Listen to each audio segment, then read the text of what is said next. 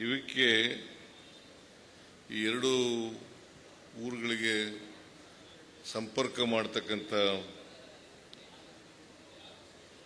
ಸೇತುವೆಯನ್ನು ಅತ್ಯಂತ ಸಂತೋಷದಿಂದ ಉದ್ಘಾಟನೆ ಮಾಡಿದ್ದೇನೆ.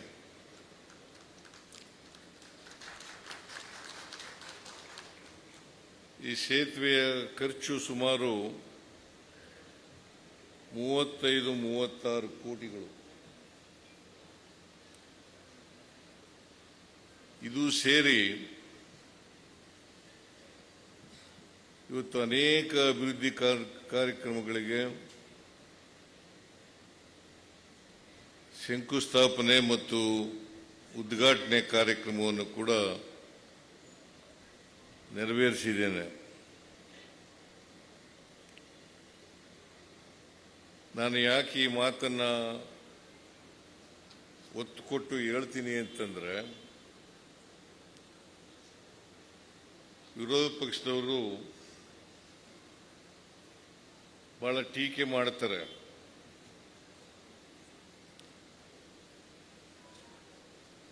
ಏನ್ ಟೀಕೆ ಮಾಡ್ತಾರೆ ಅಂತಂದ್ರೆ, ಅಭಿವೃದ್ಧಿ ಕೆಲಸಗಳಿಗೆ ದುಡ್ಡಿಲ್ಲ,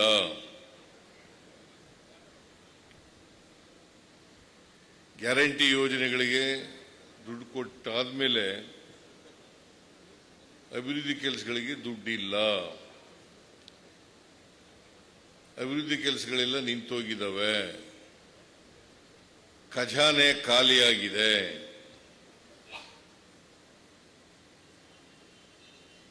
ಅಭಿವೃದ್ಧಿ ಕೆಲಸಗಳು ರಾಜ್ಯದಲ್ಲಿ ಶೂನ್ಯ ಆಗಿದ್ದಾವೆ ಅಂತೇಳಿ ಟೀಕೆಯನ್ನು ಮಾಡ್ತಾ ಇದ್ದಾರೆ. ಈಗಾಗಲೇ ಶೃಂಗೇರಿ ಕ್ಷೇತ್ರದ ಶಾಸಕರು ಅವರ ಕ್ಷೇತ್ರಕ್ಕಾಗಿರ್ತಕ್ಕಂಥ ಅನೇಕ ಅಭಿವೃದ್ಧಿ ಕೆಲಸಗಳನ್ನು ಪ್ರಸ್ತಾಪ ಮಾಡಿದ್ದಾರೆ. ಇವೆಲ್ಲ ಅಭಿವೃದ್ಧಿ ಕೆಲಸಗಳಲ್ವಾ?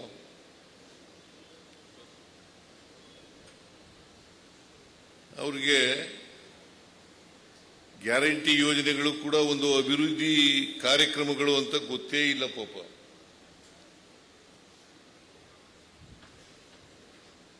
ಇವೆಲ್ಲವೂ ಕೂಡ ಗ್ಯಾರಂಟಿ ಯೋಜನೆಗಳು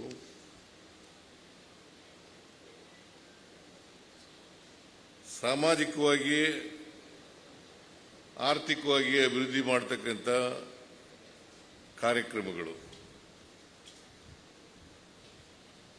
ಬಾಬಾ ಸಾಹೇಬ್ ಅಂಬೇಡ್ಕರ್ ಅವರು ಹೇಳಿದ್ರು ಒಂದು ಮಾತನ್ನ ಈ ಸಂದರ್ಭದಲ್ಲಿ ಉಲ್ಲೇಖ ಮಾಡಿದ್ರೆ ಅದು ಅರ್ಥಪೂರ್ಣ ಆಗ್ತದೆ ಅಂತಕ್ಕಂಥ ಮಾತುಗಳನ್ನು ತಮಗೆ ತಿಳಿಸಲಿಕ್ಕೆ ಬಯಸ್ತಾ ಇದ್ದೇನೆ.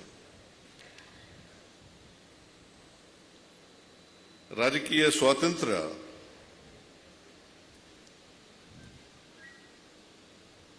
ಸಾಮಾಜಿಕ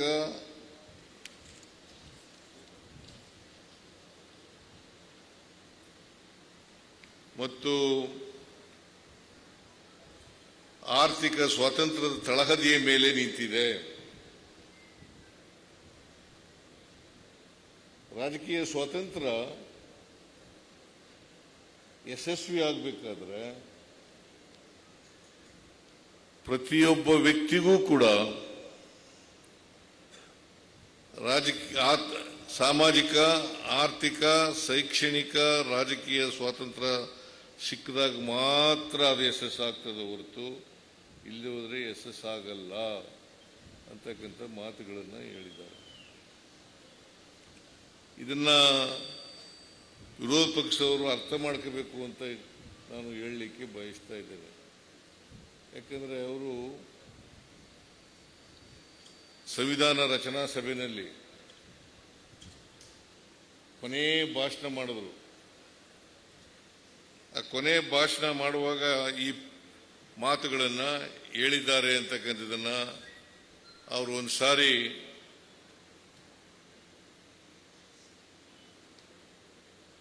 ಕಾನ್ಸ್ಟಿಟ್ಯೂಯೆಂಟ್ ಅಸೆಂಬ್ಲಿ ಡಿಸ್ಕಷನ್ಸ್ನ ಓದ್ಕೊಳ್ಳಿ ಅಂತಕ್ಕಂಥ ಸಲಹೆಯನ್ನ ಈ ಸಂದರ್ಭದಲ್ಲಿ ಕೊಡಲಿಕ್ಕೆ ಬಯಸ್ತಾ ಇದ್ದೇನೆ. ಪ್ರತಿಯೊಬ್ಬರು ಕೂಡ ಓದ್ಕೋಬೇಕು ಇದನ್ನ, ರಾಜಕಾರಣಿಗಳು. ಎಲ್ಲಿವರೆಗೆ ಆರ್ಥಿಕ ಸಾಮಾಜಿಕ ಸ್ವಾತಂತ್ರ್ಯ ಸಿಗಲಿಲ್ಲ, ಅಲ್ಲಿವರೆಗೆ ಜಾತಿ ವ್ಯವಸ್ಥೆ ಹೋಗಲ್ಲ, ಸಮಾಜ ನಿರ್ಮಾಣ ಆಗಲ್ಲ.